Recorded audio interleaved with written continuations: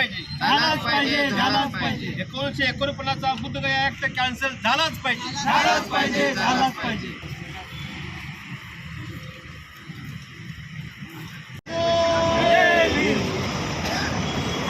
बुद्धगयाची मुक्ती झालीच पाहिजे, बुद्धगयाची मुक्ती झालीच पाहिजे.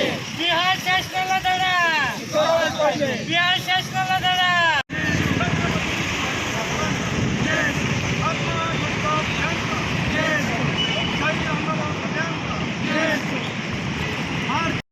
गौतम बुद्धांचा 1950 कायदा रद्द झालाच पाहिजे, 1950 कायदा रद्द. अरे आवाज बुद्धगया बौद्धांच्या ताब्यात, बुद्धगया बौद्धांच्या ताब्यात, बौद्ध विहारावरील अतिक्रमण नष्ट. बौद्ध मंदिर 1949 कायदा रद्द झालाच पाहिजे. बुद्धगया राजगीर नालंदा इथले अतिक्रमण हटवलंच पाहिजे, बुद्धगया राजगीर नालंदा इथलं अतिक्रमण हटवलंच पाहिजे, मिळालंच पाहिजे. भारतीय बौद्ध महासभेचा जय असो, भारतीय वंचित आघाडीचा जय असो, भारतीय बौद्ध महासभेचा जय असो. भारतीय बौद्ध महाबोधी विहार बौद्धांच्या ताब्यात मिळालंच पाहिजे, महाबोधी विहार बौद्धांच्या ताब्यात मिळालंच पाहिजे, मिळालंच पाहिजे. महाबोधी विहारावरील अतिक्रमण नष्ट. झालंच पाहिजे. तथागत भगवान बुद्धांचा जय असो, तथागत भगवान बुद्धांचा जय असो. महाबोधी विहार बौद्धांच्या ताब्यात मिळालंच पाहिजे. नमस्कार. 1949चा कायदा रद्द करून बौद्ध विहाराचा ताबा बौद्धांच्या ताब्यात मिळाला पाहिजे अशा मागणीसाठी आज जिल्हाधिकारी कार्यालयासमोर भारतीय बौद्ध महासभा आणि वंचित बहुजन आघाडीच्या संयुक्त विद्यमाने या ठिकाणी आंदोलन सुरू आहे. आपल्याबरोबर भारतीय बौद्ध महासभेचे जिल्हाध्यक्ष आहेत तामगावकर. आपण त्यांच्याशी चर्चा करूया आणि जाणून घेऊया हा नक्की आंदोलन कशासाठी आहे. सुरुवातीला मला सांगा की 1949चा कायदा नक्की काय आहे. सर, 1949 जो कायदा आहे या कायद्यानुसार या विहाराला मंदिर म्हणून त्यात संबोधलेलं आहे. या विहाराचं जे व्यवस्थापन आहे व्यवस्थापनासाठी 9 लोकांची कमिटी आहे. या 9 लोकांच्या कमिटीमध्ये 5 लोक जे आहेत ते हिंदू समाजाचे आहेत आणि 4 आहेत ते बौद्ध समाजाचे आहेत. यांचे जे पदसिद्ध अध्यक्ष आहेत त्या जिल्ह्याचे कलेक्टर आहेत. याच्यामध्ये तरतूद अशी आहे की जर ते कलेक्टर बिगर हिंदू असतील तर त्यांना अध्यक्षपदावर राहता येत नाही. अशा या जाचकाठीमुळे आम्हाला आमच्या बौद्ध विहाराचं महाबोधी विहाराचं जे व्यवस्थापन आहे ते आमच्या बौद्ध संस्कृतीप्रमाणे आम्हाला तिथं करता येत नाही. तिथं वेगवेगळ्या पद्धतीचं कर्मकांड चालू आहे त्यामध्ये. तर या सर्व गोष्टींना तिथून हाकलून देऊन हे जे काय महाबोधी महाविहार आहे ते पूर्णपणे बौद्धांच्याच ताब्यात पाहिजे यासाठी आमचं आंदोलन आहे.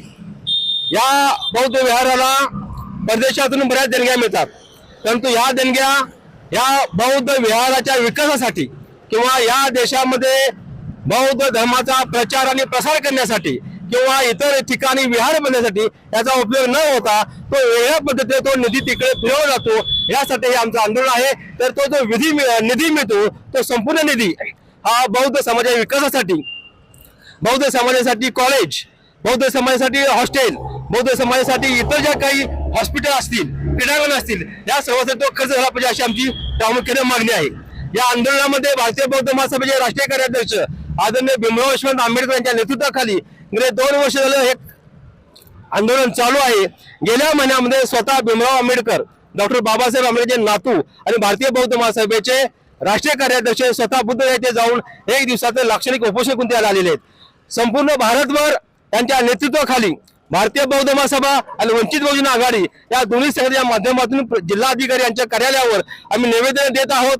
आणि या निवेदन देऊन सुद्धा या येत्या बुद्ध जयंतीनंतर आमचं आंदोलन मात्र हे तीव्र होणार आहे आणि कसल्याही परिस्थितीमध्ये ॲट एनी कॉस्ट हे जे काय महाबोधी विहार आहे हे बौद्धांच्याच ताब्यात आले पाहिजे अशी आमची भूमिका आहे.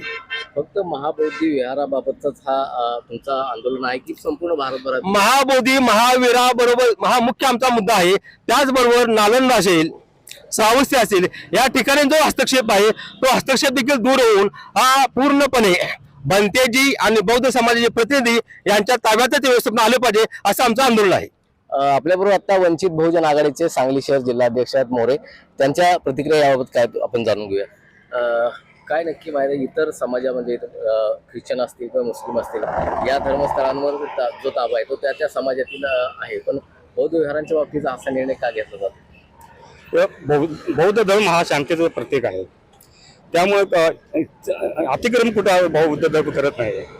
आता बौद्ध धर्म हे फक्त समोर आले फक्त बौद्ध गायचं पूर्ण भारतामध्ये 84,000 बौद्ध विहार आहेत, तिथे सुद्धा अतिक्रमण झालेलं आहे. आता ही सुरुवात आहे आमची वंचित बहुजनची सुरुवात आहे. इथून पुढे बौद्ध विहार नाही ताब्यात आलं तर वंचित बहुजन पुढचं पाऊल हे जे ठेवणार आहे ते पुढचं पाऊल त्या टायमाला कळेल. पुढचा इशारा तुमचा या निमित्तानं काय राहिला? हा बघा, पाणी पात्रात आहे तोपर्यंत शांत आहे.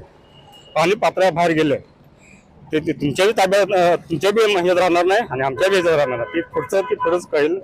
त्यामुळे वेळोवेळी त्यांनी काय ताब्यात आली उदय होईल.